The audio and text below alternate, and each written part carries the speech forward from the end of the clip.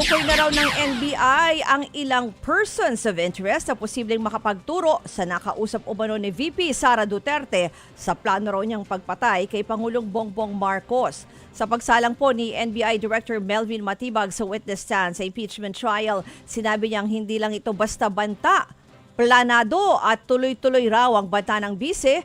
Tumanggi muna si Matibag na pangalanan ang mga person of interest. Patuloy pa rin daw kasi ang investigasyon ng NBI.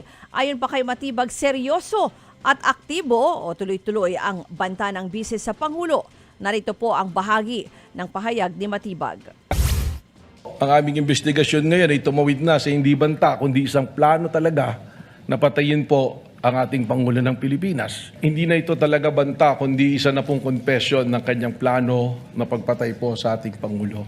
We already have established persons of interest na maaaring makapagturo o tumukoy dun sa taong kinausap ng ating Vice Presidente o maaaring isa rito sa tinatawag nating persons of interest ang siyang talagang nakausap ng Vice Presidente.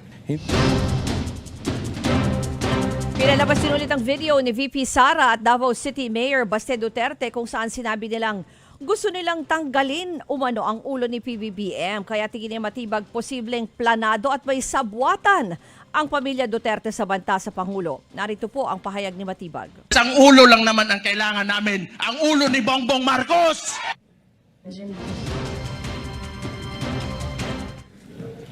Ang galing yung ulo niya ba?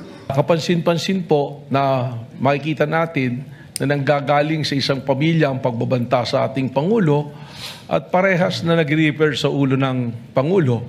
Kung kaya naman, iniisip po ba namin kung meron bang kasabwat o may sabwatan sa pangyayaring ito?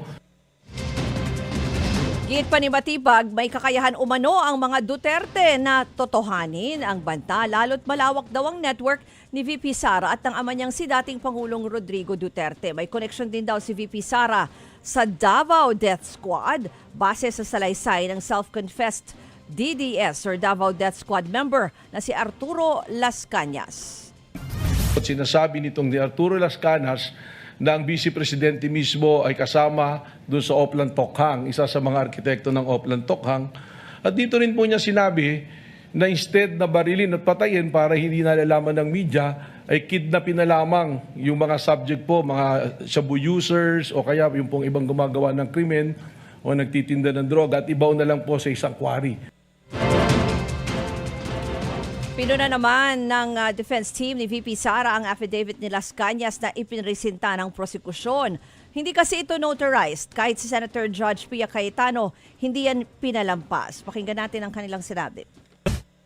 Without the proper notarization and without the proper signature, then it is a mere scrap of paper. We cannot allow this witness to build his testimony based on this document. They're trying to prove something by showing a document that any law student will tell you na hindi acceptable yon.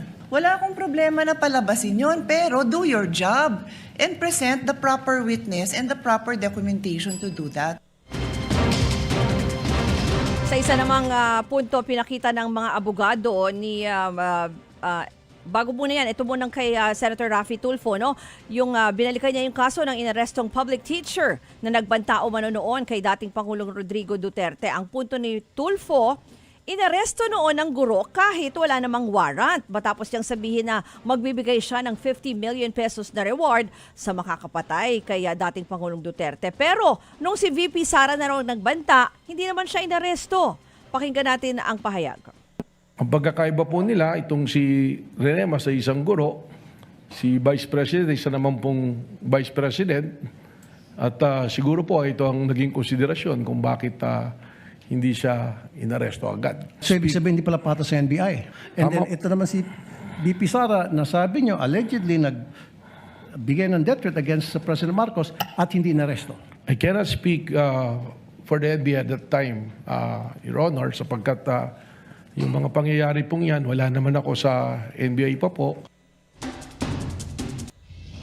Sa isa namang punto, pinakita ng mga abogado ni VP Sara ang mas mataas na public trust rating ng bise kumpara kay Pangulong Marcos. Tanong ng defense team, may epekto raw ba ang trust rating ng publiko kay VP Sara sa Imbestigasyon ng NBI sa bise, sagot ni Matibag hindi ibig sabihin na mataas ang trust rating ni VP Sara ay absuelto na siya sa pananagutan.